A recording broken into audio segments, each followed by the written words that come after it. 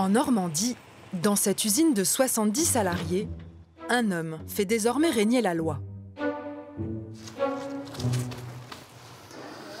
Maël vient d'être nommé responsable de la sécurité sanitaire. Une sorte de gendarme anti-Covid. Maintenant, on va aller au poste de surveillance. Un nouveau métier apparu pour lutter contre le coronavirus au travail. Bonjour Stéphanie. Donc me voilà arrivé à mon poste de surveillance, entre guillemets, entre les deux vestiaires, donc hommes et femmes. Bonjour David. N'oublie pas de te laver les mains. L'entreprise de Maël n'a pas fermé pendant le confinement. Son poste a été créé dès le début de la pandémie. Sa mission, vérifier que ses collègues appliquent bien les gestes barrières une fois arrivés sur le site, puis qu'ils les respectent tout au long de la journée. Alors ton masque? Il est dans le vestiaire. Dans le vestiaire? N'oublie pas de te laver les mains. Contrôler ses collègues, une fonction délicate. Pas tout à fait à l'aise, Maël a choisi d'adopter un ton enjoué. C'est pas forcément agréable de se faire engueuler non plus. C'est mieux d'avoir quelqu'un qui vous rappelle gentiment les règles. Ça passe mieux. Bonjour Maël. Bonjour Mané. Toujours cordial, Maël a bien réussi à se faire accepter par ses collègues. Vous n'êtes pas capable de penser vous-même à vous laver les mains, à mettre un masque. Regardez, vous avez des panneaux d'affichage le long des routes pour vous rappeler que vous devez rouler à 80 km/h. C'est nécessaire? Vous avez besoin qu'on vous le rappelle à chaque fois? C'est la même chose. Vous mettez des contraventions? Non, je donne pas de contravention. Je fais juste un rappel à l'ordre. Normalement, ça suffit. C'est un peu ma responsabilité s'il y a quelqu'un qui chope le virus ici ou qui le répand dans l'entreprise. Donc, j'essaye de faire en sorte que ça n'arrive pas. Pour limiter ce risque, il y a un lieu devenu stratégique et dont Maël a la responsabilité, les toilettes. Vous nettoyez les toilettes avant d'exécuter de ce poste? Non, on ne se chargeait pas du tout de ça. Quand c'est pour la sécurité, ça me dérange pas. Avant la crise, Maël était chargé de vérifier la conformité des pièces fabriquées par l'entreprise. Il surveillait qu'elles soient bien aux normes. À présent, il surveille aussi ses collègues. Toutes les heures, il s'interrompt pour faire une ronde et vérifier que les employés maintiennent leur vigilance. Régulièrement, son patron vient au rapport. La loi l'oblige à protéger la santé et la sécurité de ses employés. Tout va bien? Oui, ça va. Pas trop chiant les lunettes? La buée. Ah, toujours. Les contraintes. Pour le moment, tout se passe bien, mais avec le temps et une forme de relâchement, il craint d'avoir affaire à des salariés récalcitrants. Quel genre de sanctions pourrait être envisagé? Ça peut aller du simple rappel à l'ordre à la mise à pied, voire plus s'il y avait refus obstiné de ne pas mettre les choses en place. Hein. Donc, on continue? Mal porter son masque pourrait-il devenir une faute grave? Ce patron n'exclut pas de l'intégrer dans le règlement intérieur.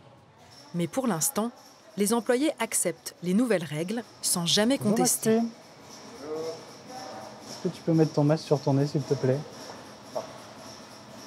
Et si jamais, plus qu'éducatif, le rôle de Maël devenait également punitif, qu'est-ce que vous en penseriez? S'il faut, il faut. Quoi. Je veux dire, je n'aurais pas d'objection particulière.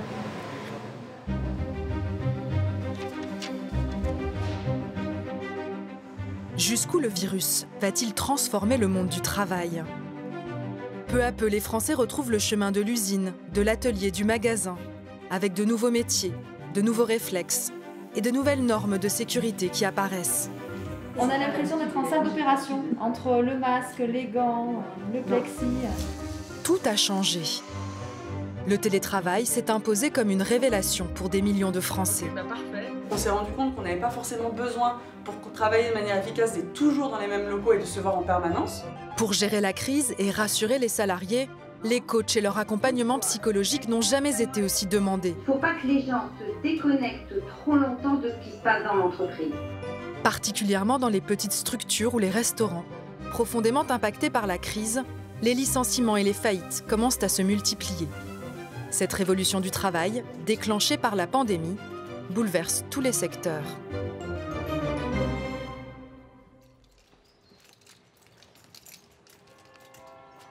Il y a 2 mois, Hélène fermait son institut de manucure. Elle y retourne pour la première fois avec un tout nouvel équipement. Donc ça, c'est celui qui va aller ici. Alors pour l'instant, hop, on va le mettre comme ça. Et le dernier, je vais le mettre là. Voilà, donc là je pense que j'ai tout déballé. J'ai mes 3 cartons, 3 plexis ici et un plexi là. Donc c'est bon. Avant la réouverture, avec ses 2 salariés, elle doit mettre en place et tester son dispositif anti-Covid. Au niveau de la clientèle, on va revoir un petit peu les règles qu'elles auront à assurer. Leur défi, prendre soin des mains dans un monde où tout est fait pour éviter de se toucher. Avant la prestation, dès qu'elles arrivent, se laver les mains. Donc il va y avoir un pictogramme qui va être affiché au niveau du lavabo pour leur expliquer comment se passe le lavage des mains. Parce que vous savez qu'il y en a certaines, elles ne savent pas se laver les mains. On est un petit peu obligé de leur rabâcher les choses. La VMC qui font... C'est toute la relation avec leurs clientes qui doit être revue. Avant, le client était roi. Maintenant, c'est un éventuel agent contaminant.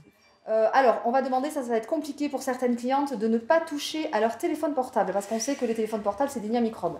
Ah, ça... Je pense qu'il va falloir être un peu ferme. Un peu ferme à ce niveau-là. Ouais. On ne peut pas être toujours dessus à les gendarmer. Mais j'espère qu'elles vont être sérieuses et qu'elles mettront tout en place aussi de leur côté, quoi. C'est surtout ça. Voilà, c'est bon. Je suis à 1,20 m entre les 2 fauteuils et il faut 1 mètre, donc ça va. Fini les prestations sans rendez-vous. Il sera exigé des clientes qu'elles arrivent pile à l'heure et il n'y aura pas de lecture. Direct ou se les laver. On va enlever les revues pour ne pas qu'il y ait de soucis. Pourquoi Parce qu'en fait, quand les clientes vont toucher les revues, elles peuvent déposer le virus sur le papier. Voilà, donc on va éviter ça et on va les mettre de côté. Donc on va lancer le chronomètre pour voir avec tout le protocole d'hygiène combien de temps on va mettre pour faire une prestation. Impeccable. Enjeu capital pour la reprise, ne pas perdre de temps malgré leur nouvel attirail. Plus la prestation sera rallongée, moins elles auront de clientes dans la journée. Normalement, cette pose d'ongles en résine dure moins d'1 heure. Au niveau du plexiglas, ça gêne pas? Et en ce qui concerne la convivialité, ça gêne en rien. Là, avec Sinon, on peut parler quand même. Non, je pense que c'est bien. C'est bien. On se voit quand même. Masques, gants et plexiglas ont coûté 1 000 € à Hélène. Mais elle ne répercutera pas ses coûts sur les tarifs de ses manucures. Voilà. Merci. Le chrono s'arrête. Cindy a mis 1 heure et 9 minutes pour faire les ongles de Nathalie. C'est à peu près 20 minutes de plus que d'habitude puisqu'on est habituellement à 50 minutes de temps de prestation. Et ça fait à peu près 1 cliente de moins. Donc on était sur 10 clientes dans la journée, là on passe à 9. Voilà. Mais encore faut-il que le carnet de rendez-vous se remplisse.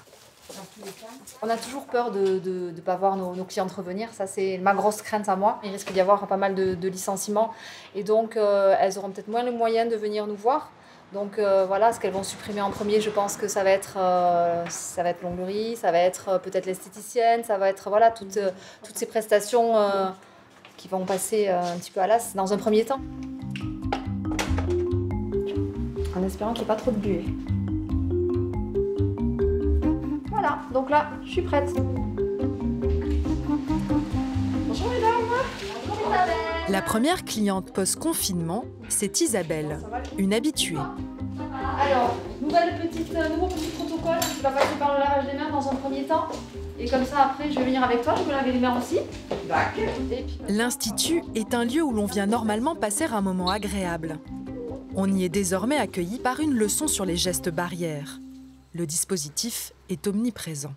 On a l'impression d'être en salle d'opération, entre le masque, les gants, le plexi. Là, mais il n'y a pas Docteur Mamour. C'est clair. Ça vous faisait pas peur? Non, pas du tout. Après, je pense qu'il ne faut pas tomber non plus dans la psychose. Bon, il faut être prudent, bien sûr. Après, je sais qu'Hélène, elle avait tout prévu, donc... Tout prévu en théorie. En pratique, le protocole se révèle difficile à respecter. Même là, ça colle au papier. Ouais. On a tendance à...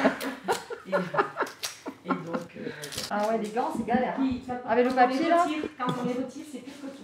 Moi, je suis en pause complète, là, je me colle partout. Hein. Moi aussi. Je vais les enlever parce que là, je peux pas. Oui, Tant pis, hein. Ça, je le ferai avec la ville. C'est trop embêtant pour travailler. J'arrive pas à placer le papier correctement. Ça se colle sur mes doigts. Alors, ce qu'on va Puis en faire, plus, c'est on qu'on va bien transpire en désinfecter. dessous, On transpire.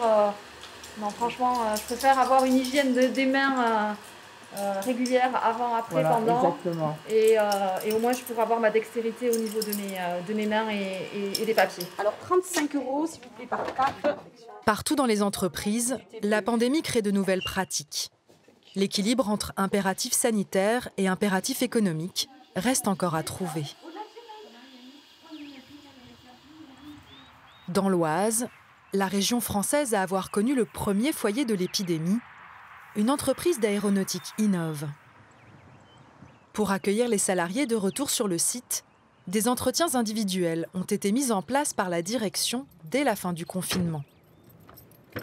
Après 1 mois et demi d'absence, c'est le premier jour pour Frédéric. Cette assistante commerciale a été malade du Covid, puis en télétravail. Elle découvre un tout nouvel accueil. Ça va? Ça va et toi? Oui, ça va bien. Bon. Les enfants, ça va? Ouais, impeccable. Et toi? Oui. Impeccable, nickel. C'est bon, tu peux reprendre. C'est bon? Ouais. À tout à l'heure. Ici, on ne veut pas seulement savoir si les 120 salariés sont bien portants physiquement. On s'intéresse aussi à leur état psychique. Vas-y, maintenant. Je te propose qu'on enlève nos masques. Ah oui. On sera à plus d'un mètre de distance. Dès la toute première heure de son retour au travail, s'il l'accepte, chaque salarié est reçu par son manager. Frédéric avait été prévenu de la tenue de cet entretien. D'emblée, les questions se révèlent plutôt personnelles. Comment vas-tu, Frédéric? Je vais bien. Si tu devais te noter ton état de 1 à 10, quelle note tu mettrais? Ouais, je mettrais un bon 8. D'accord. Peu à peu, la discussion devient plus intrusive. Est-ce que quelqu'un de ta famille a été contaminé Que moi. À part toi? Voilà. Que moi. Ouais, une très bonne nouvelle. Oui, tant mieux. Est-ce que tu as trouvé des activités pendant ce confinement? Bah oui, je viens d'acheter une maison. Donc forcément, on a la maison que depuis 5 mois avec pas mal de travaux. Du coup, oui, ça nous a bien occupés. Et puis je t'avoue que les devoirs des enfants, c'est du temps. Hein. Oui, bien sûr, c'est du temps. C'est particulier avec justement le téléchargement. Pour l'employeur, ce face-à-face permet de savoir si le salarié redoute de sortir de chez lui et de venir travailler, s'il a peur pour l'avenir de l'entreprise ou pour son emploi, si la période ne l'a pas traumatisé. Est-ce que tu as des craintes sur le déconfinement? Oui, bien sûr. Je pense comme beaucoup de monde. De recôtoyer des gens autres que la famille, oui, il y a cette crainte. Est-ce que tu penses que ce confinement aura un impact sur ta vie privée et ta vie professionnelle?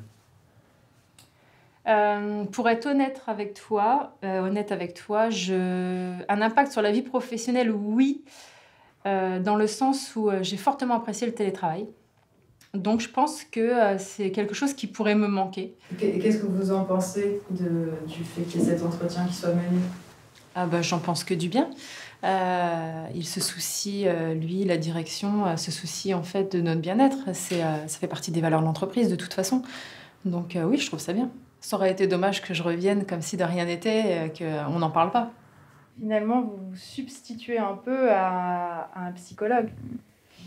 J'irai pas jusque-là parce que je ne suis pas psy.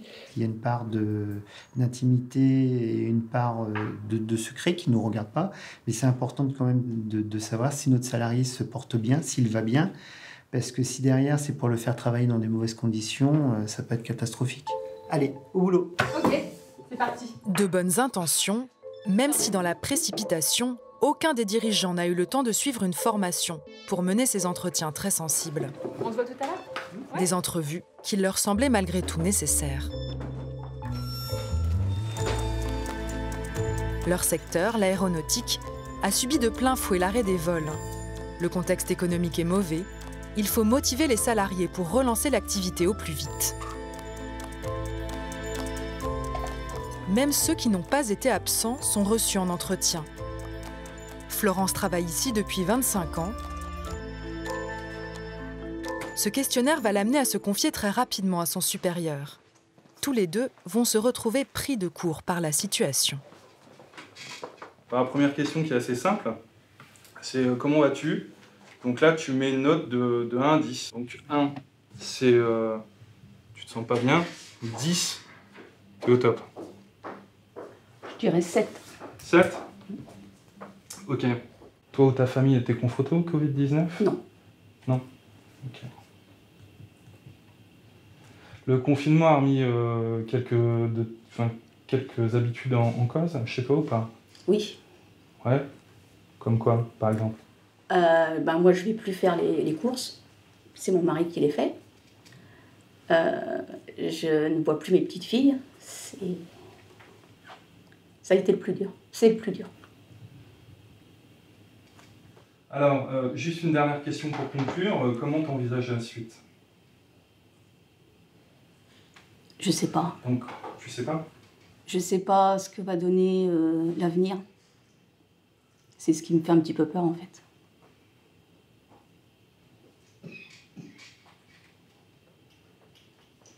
Ok. Et vous ne craignez pas que peut-être ça puisse vous desservir, le fait qu'il puisse se dire « Ah bah tiens, cette salariée-là, je la trouve un petit peu à fleur de peau ou un peu sensible ». Non, parce que je pense que dans mon travail, je suis toujours aussi performante, donc non. Au contraire, je pense que s'il voit que je ne vais pas bien, il viendra plus vers moi que si on n'avait pas eu cet entretien, il ne se poserait peut-être pas les questions. Certaines questions portent sur la santé, ou un peu des éléments psychologiques aussi sur le salarié. Le Code du travail vous autorise à récolter ces données-là? J'en ai aucune idée. Concrètement, moi, j'en ai aucune idée. Donc vous ne savez pas si vous êtes dans le cadre légal, dans le cadre de cet entretien? Exactement. Mais il vous paraît important de le faire? Moi, il me paraît important de le faire, ouais. Ouais, concrètement, ouais. En temps normal, le Code du travail interdit aux employeurs de recueillir ce type d'informations. Est-ce que tu as des craintes par rapport au déconfinement? Mais depuis la pandémie, l'État encourage cet accueil individualisé. L'objectif, limiter les risques psychosociaux. En cas de signes inquiétants, la médecine du travail doit y être associée. Ces entretiens, menés par les managers, ont été conçus avec l'aide d'une coach spécialisée dans le bien-être en entreprise. Bon, tu vas bien? Bah écoute, ça va bien et vous? Bah ouais, ça va. Ça va, tu vois. Avant la crise, elle intervenait déjà auprès d'eux. Elle les aidait à définir les valeurs importantes de leur société, celles à communiquer aux salariés. Aujourd'hui, c'est vers elle que toute la direction se tourne. Ils ont eu quelques peurs aussi du regard des autres vis-à-vis du fait qu'ils étaient en télétravail. Peur qu'elles soient jugées de ne pas avoir travaillé parce qu'elles étaient chez elles. Du coup, je les ai rassurées en disant non, elles ont fait le job, il n'y avait aucun souci là-dessus. Il ne faut pas qu'elles se préoccupent des bruits de couloir qu'elles pourraient entendre sur ce sujet.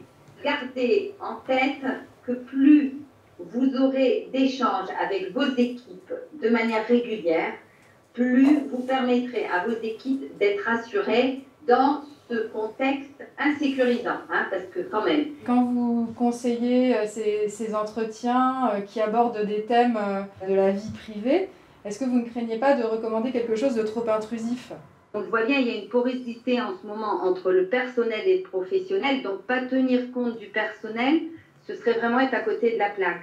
Pour les entreprises dont j'ai des retours sur ces entretiens, il y avait eu des interprétations abusives qui avaient pu être faites sur le fait que la personne paraissait désengagée par rapport à la vie de l'entreprise. Et finalement, grâce à cet entretien, elle a pu exprimer qu'elle avait un proche qui était décédé du Covid et que ça l'avait complètement tétanisée et que son ordre de priorité avait été revisité et que du coup, elle avait pris de la distance. Du coup, ce que ça a permis, c'est d'éviter une interprétation et de redémarrer sur des bases d'écoute et d'une volonté de vivre ensemble harmonieuse. Avec le coronavirus, jusqu'où ira cette intrusion de l'entreprise dans la vie privée des employés? Pour le moment, peu de salariés s'en soucient, plus préoccupés par sauver leur emploi que leur intimité.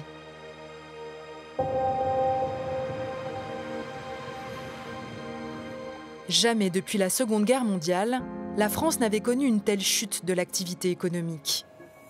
Partout dans le pays, les entreprises doivent faire des économies. Leur deuxième poste de dépense, après les salaires, ce sont les loyers de leurs bureaux. À l'heure où le télétravail se généralise, les sociétés vont-elles décider de s'en passer? Fanny a été confinée 2 mois et demi en Haute-Savoie, loin du cabinet de conseil en stratégie qu'elle a créé, situé sur les Champs-Élysées. Être à distance ne l'a pas empêchée de le diriger. Après le premier mois de confinement, elle a donc pris une décision radicale. Renoncer à cette adresse prestigieuse. Elle vient faire ses cartons et déménager. Ça va? Coucou, ça va? À double porte, un bisou un peu. Ça va? Ça va? Ouais, ça va. Je suis contente de vous voir. Ça va? Elle n'avait pas encore revu ses collègues en chair et en os. Ouais, du coup, ça va? T'as repris ta place? Exactement. Cool. Judith était retournée vivre chez ses parents en Auvergne. Femme que s'était installée en banlieue parisienne. Ah, chouette.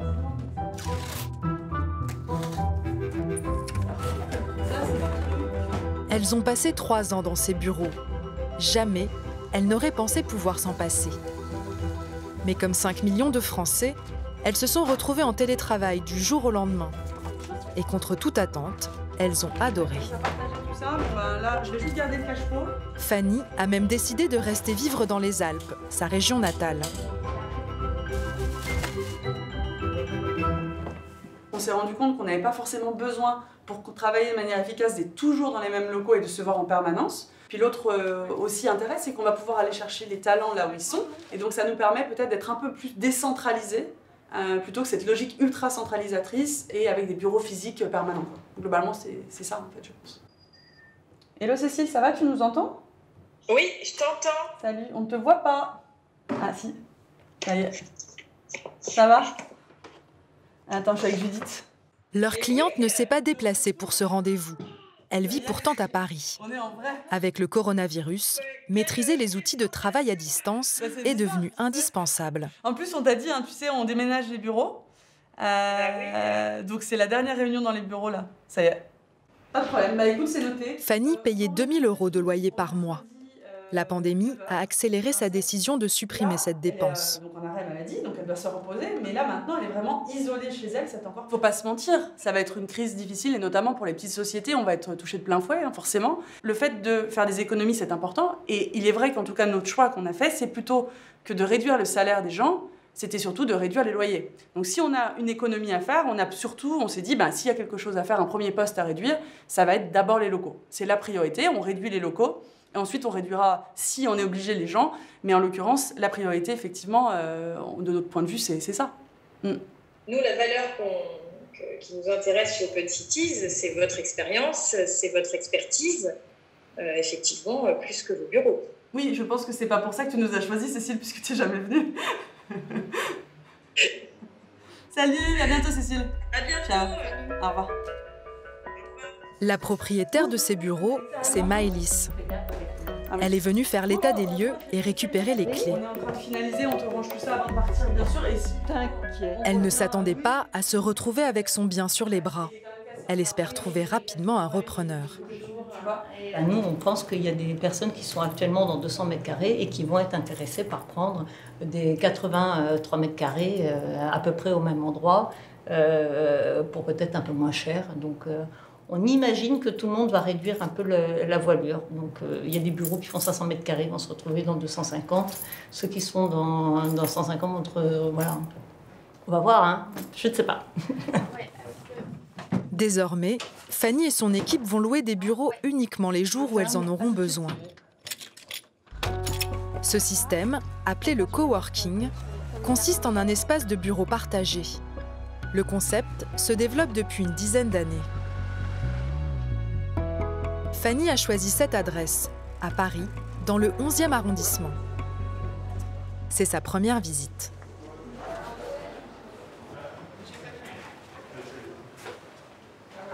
Bonjour. Bonjour. Maxime, vous avez le masque, vous êtes enlevé ou pas Oui, c'est bon. Ravi de vous voir du coup. Ben voilà, enchanté. Enchanté. Non, c'est ça. On a signé sans même visiter, mais... Mais c'est un super espace. Je sais, ouais, c'est pour ça. Vous avez 3 salles de réunion ici. Ouais, ok. Alors pareil, actuellement c'est 2 personnes maximum par salle de réunion. Ouais, bien sûr. Ouais. Nicolas a ouvert ce lieu il y a 5 ans. En temps normal, l'espace reçoit une centaine de travailleurs, d'artistes, de start-upers, qui vont et viennent, un peu comme s'ils partageaient une grande colocation. On peut aussi faire des enregistrements son, etc. assez facilement. Ouais, super. Voilà. Je ne sais pas si vous Ah avez oui, ça peut être intéressant. Ouais, si on fait... Partager un grand espace de bureau à plusieurs, le concept va devoir évoluer avec le virus. Ici, on a toujours tout fait pour que les gens se contactent, se frottent, se connectent, se rencontrent, s'entrechoquent, etc. Et donc, on doit tout réinventer pour faire ça à l'inverse. Jusqu'à un certain point, parce qu'on veut quand même que les gens viennent ici pour, d'un certain point de vue, se croiser et pas juste avoir du Wi-Fi et un endroit où poser leur ordinateur, ce qu'ils ont déjà en général un peu chez eux, quoi. Donc on a dû tout réinventer en l'espace de quelques semaines pour essayer de mettre des règles qui limitent les interactions sociales. Ses clients lui louent des bureaux sans engagement, au mois, à la semaine, à la journée. À l'annonce du confinement, ils ont arrêté de venir et donc de payer. Son loyer de 35 000 €, lui, a continué d'être facturé. Fanny et Judith sont ses premières nouvelles coworkeuses depuis la fin du confinement. Voilà. Ça, c'est chez vous. Donc okay. Voilà, il y a des casiers ici pour laisser vos affaires, etc. Pour le moment, Fanny a choisi une formule à mi-temps. 10 jours de présence pour 500 € par mois. Beaucoup moins cher qu'un bureau traditionnel. Le rapport au bureau va beaucoup changer. L'idée de passer des heures dans les transports pour aller dans des grandes tours très concentrées, dans des lieux un peu impersonnels, ça, elle revient très très fortement en arrière. Elle était très critiquée dans l'état d'esprit et elle est vraiment remise en cause aujourd'hui par la crise. Et les gens cherchent plutôt des choses proches de chez eux, où ils vont avoir des contacts professionnels, mais qui s'inscrivent dans la vie. Avec ces nouveaux bureaux, Fanny compte bien rebondir malgré la pandémie et reste optimiste.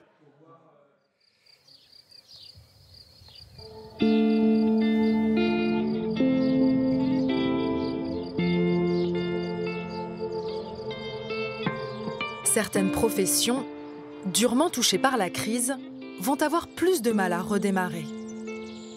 Il y a 2 ans, près de Belfort, Yann et sa femme Nancy ont investi toutes leurs économies pour créer leur restaurant, le Robbins Family.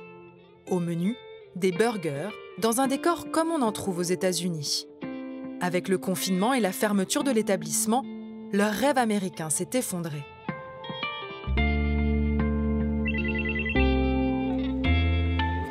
Robbins Family, bonsoir.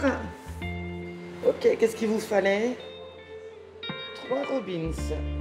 En attendant d'être en capacité de rouvrir, Yann et Nancy se sont lancés dans la vente de burgers à emporter 3 soirs par semaine.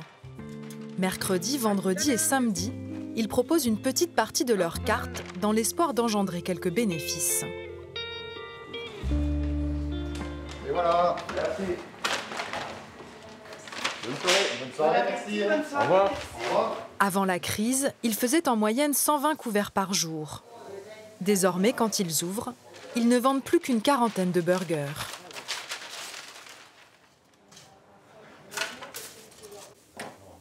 C'est pas la même fatigue qu'avant, avec le service, tout ça, le week-end. On était fatigués, ouais, on regardait pas la télé ce soir, hein, ça c'est sûr, mais non, là c'est une fatigue morale. C'est une très mauvaise fatigue.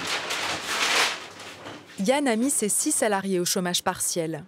Seul le cuisinier et une serveuse viennent travailler quelques heures les soirs de vente à emporter. Normalement, à cette heure-là, on au gros coup de bourre, en fait. La salle elle est pleine, on a du monde partout. Et là, c'est qu'une infime partie de ce qu'on fait en hamburger, en fait. Sabine, oui.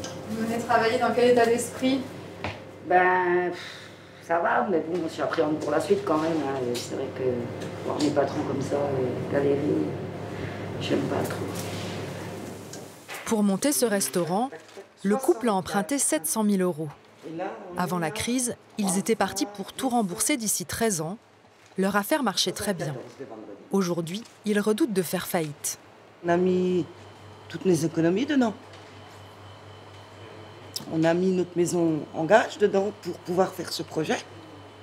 Donc si on s'en sort pas, ben, c'est une famille de 5 à la rue, sans maison, sans rien.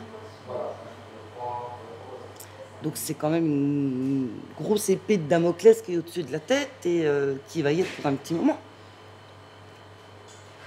C'est vrai que c'est pas facile tous les jours. Hein. Après, on est quand même débattant, on est positif quand même. On veut y croire, on aimerait y croire vraiment, mais il y a toujours ce oui, mais là, on ne peut pas prédire l'avenir.